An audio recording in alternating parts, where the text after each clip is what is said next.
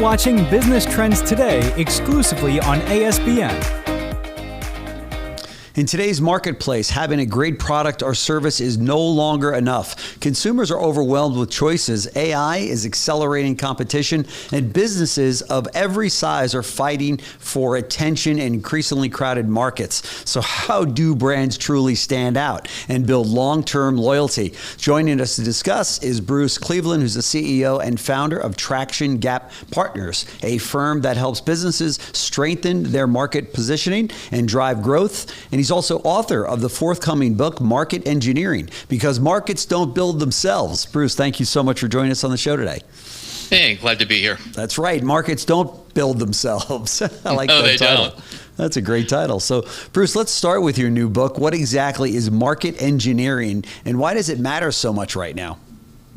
Well, market engineering is a term I coined actually in the first book I wrote, but this one is a more expansive version of the first.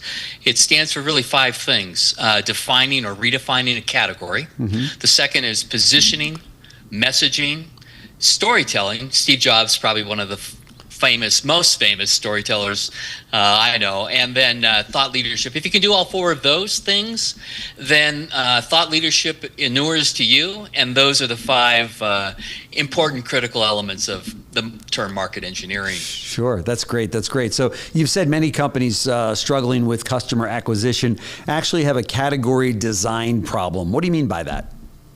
The problem is that if you try to enter a category that already exists, that is, somebody else has defined it, then people operate their business strategies, their decisions around those considered market leaders.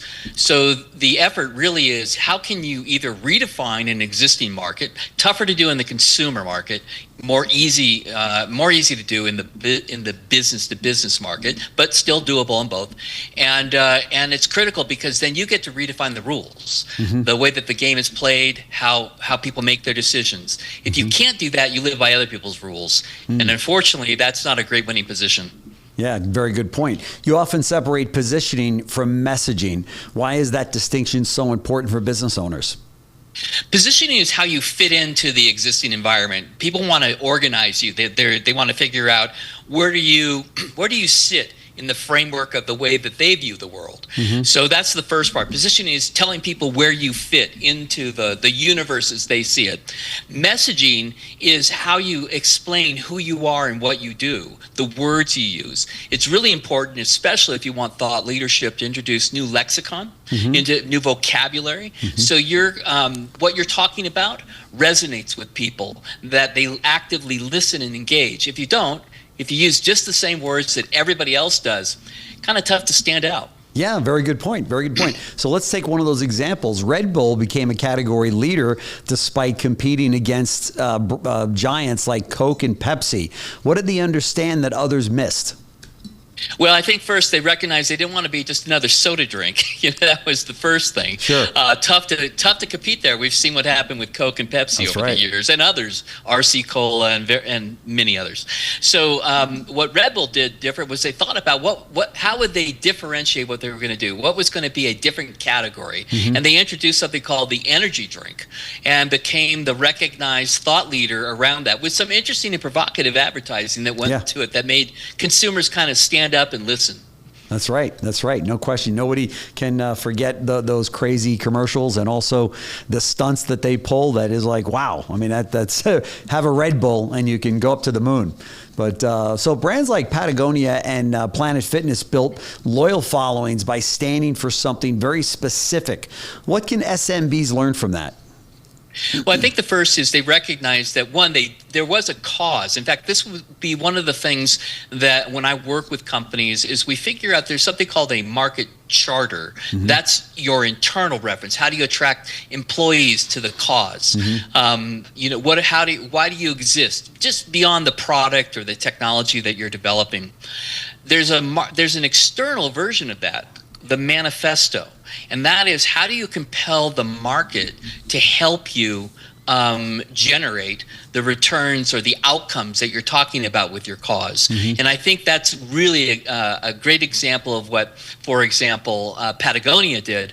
Obviously stood for environmental issues, et cetera, and they back it up with a lot of other types of investments that are outside the commercial investments. They're in social investments. And so I think it's important to have a cause to help others help you build your business. It's very tough to do on your own. You need partners, media, the analysts, etc., that all have to be engaged. That's right. As generative AI lowers barriers to entry, and makes everything more crowded, what should businesses focus on to truly stand out moving forward? Well, the first thing we have to recognize is that technology was once a huge moat. Those who had the best and most developers, it's certainly in the technology industry, and I would even say manufacturing, in almost anything, those with the most number of people who could produce a product were the companies that tended to gain extended market leadership, enduring market leadership. That's no longer the case. AI has really leveled the playing field, and that is if you're building a product, whether it's a technology product, consumer product, anything really, AI can have a dramatic effect on reducing the cost of creating that product. So technology or the product is no longer the moat that it was. Right. So really, market engineering, this idea around category design, positioning, these issues that are fundamentally different than the products we're used to building. It's a new type of a product. We have to build a product around our own positioning, our own category. And so I think this is critical for SMBs especially. And the good news here, it doesn't cost a lot of money to do this. It's actually quite effective. It's far more expensive doing demand generation types of things like emailing and ads and events, those types of things, than it is to speak intelligently, go to conferences, write intelligent books, meet with if you're local, if it's a local only business, then be with, go to Kiwanis, do Rotary Club, actually speak as in many events as you can, because people like to hang out with smart people. That's right. That's right. And it's great exposure. You never know who is in that audience that can help your cause and help your company. Maybe it's the next person that's going to invest in you, or maybe it's a next client that's sitting there listening to you up on the stage, or being one of the thought leaders in the group, right?